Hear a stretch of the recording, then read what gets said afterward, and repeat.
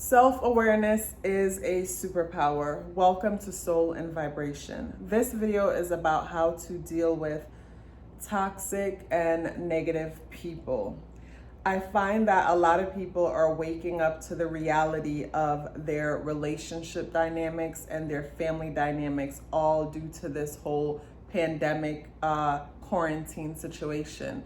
Because now we're forced to spend more time within and focus on the things that are happening inside. This could be within our inner world, in our psyche, in our own consciousness, subconsciousness, and it could just be inside of our household, so like I said, our family and our relationship dynamics. And the best way to deal with toxic and negative people is to stop engaging. And when I say stop engaging, I don't mean that you completely stop communicating with them to where it seems like, they're your enemy or you guys got some kind of beef or something going on. You just stop feeding into it. Because I find that a lot of the times with negative and toxic family dynamics, where most of us empaths were born into somewhat toxic, negative family dynamics, where you might have been the outcast or the scapegoat or whatever, where everybody is able to get together and talk about what you're doing, how you just flipped or you went off or said something, inappropriate or whatnot. Everybody might get together and talk about that, and being able to talk about what you did is what actually brings everybody together.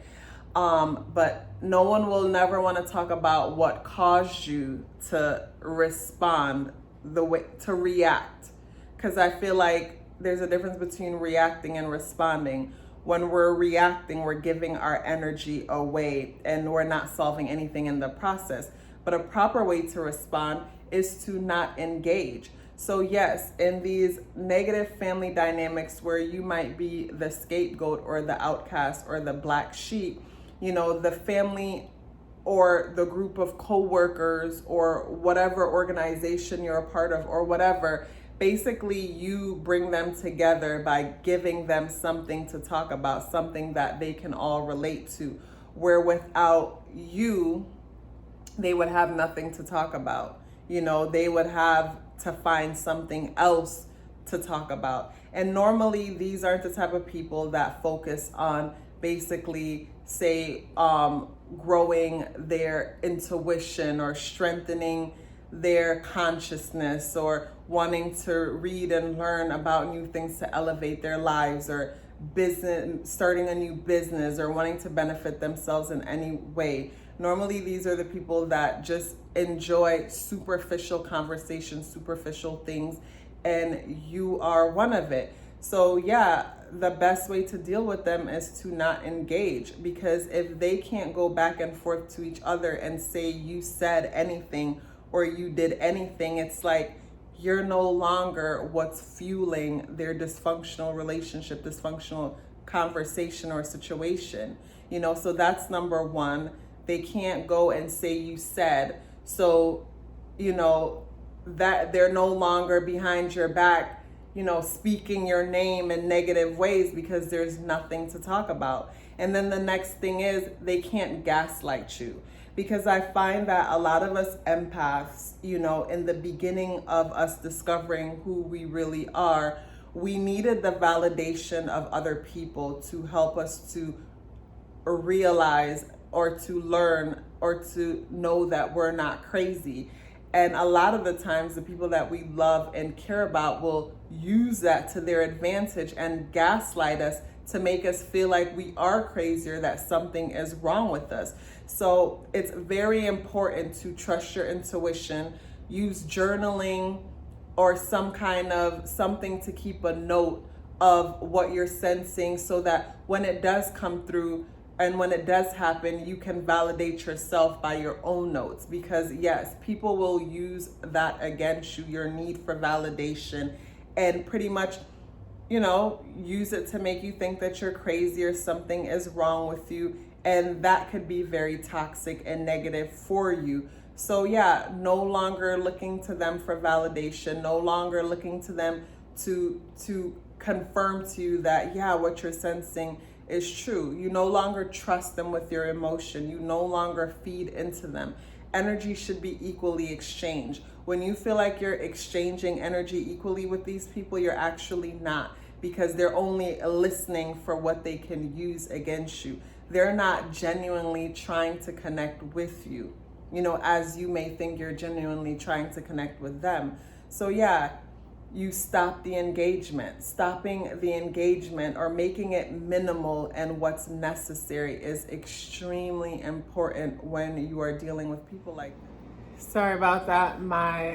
A phone call came in, so I had to start over. I should have hit do not disturb.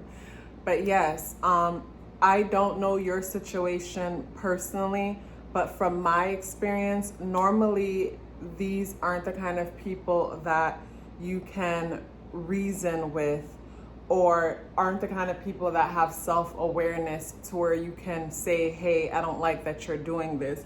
Basically, the kind of situation that I'm talking about is the kind of people that anything you say or do will be used against you.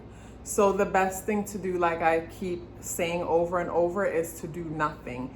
And you don't want to say, I'm no longer talking to you because, or you don't want to basically let them know that, hey, I've decided to go silent and that's how I'm going to deal with the situation.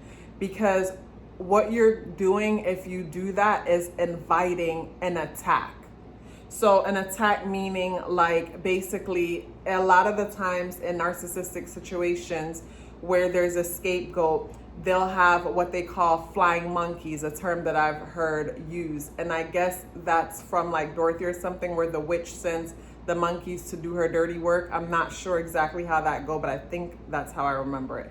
But basically what that is they might go and, so say you're a part of like a negative work dynamic, and there's like a group of 5 people who cling together, and there's one who's the head of the group, and they're the ones who pretty much the one who manipulates everyone to do the dirty work. So say you decide that I'm no longer speaking or whatnot because, you know, it's like no matter what I say, they always use it against me. I'm always the bad guy, whatever your reasoning may be.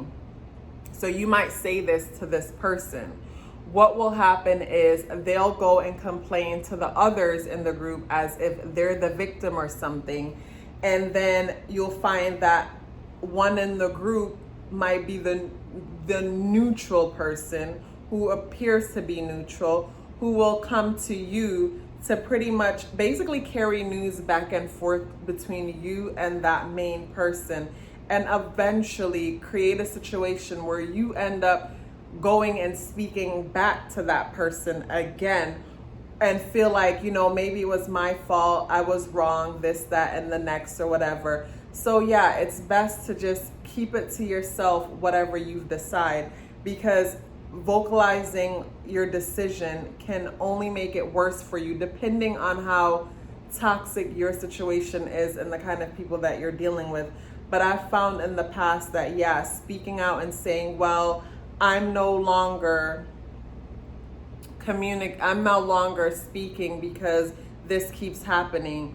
Basically what'll happen, they'll probably pretend that everything is okay to pull you back in, only to do it again. And I notice when it comes to people like this, it's always like a cat and mouse chase type of situation, where when you disconnect and stop dealing with them and stop dealing with the people who deal with them, and when I say dealing with them, you no longer give them fuel.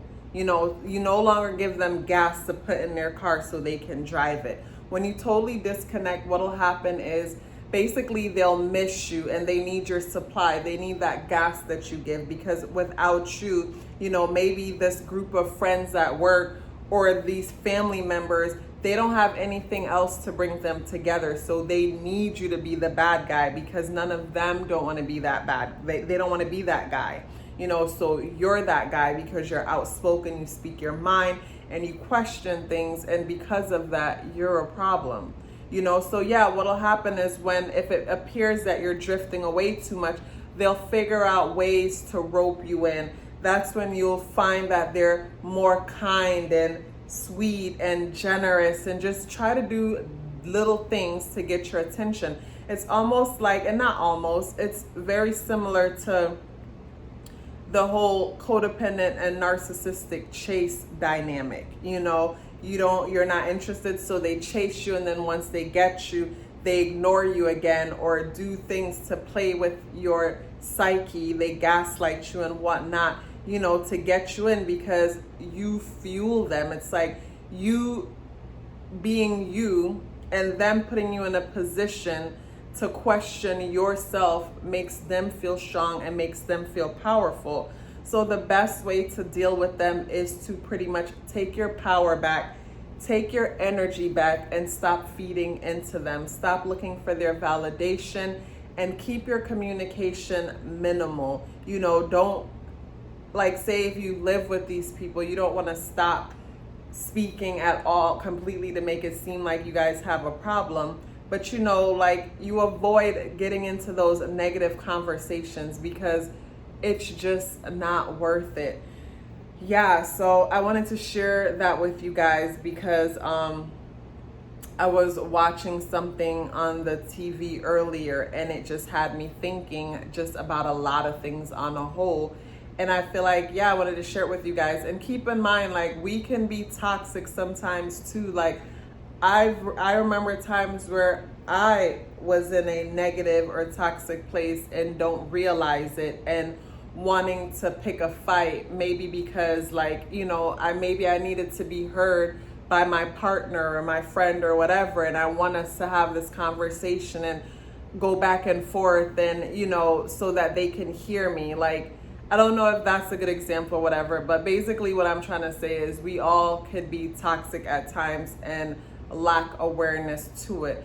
But if you're dealing with someone toxic in your life, your coworker, your family member, whoever, trust your intuition, because normally when it comes to dealing with these people, it's your intuition that's going to tell you that something is wrong, because a lot of the times it's hard to just tell because they'll smile in your face and play nice, but you just feel inside that something is wrong. Trust your intuition. Don't be selective with your intuition and use it when it comes to some people, but when it comes to your family, that's not what you're picking up. Trust it all across the board and limit the engagement, because again, it's like with certain people, it's like nothing you do will ever be right.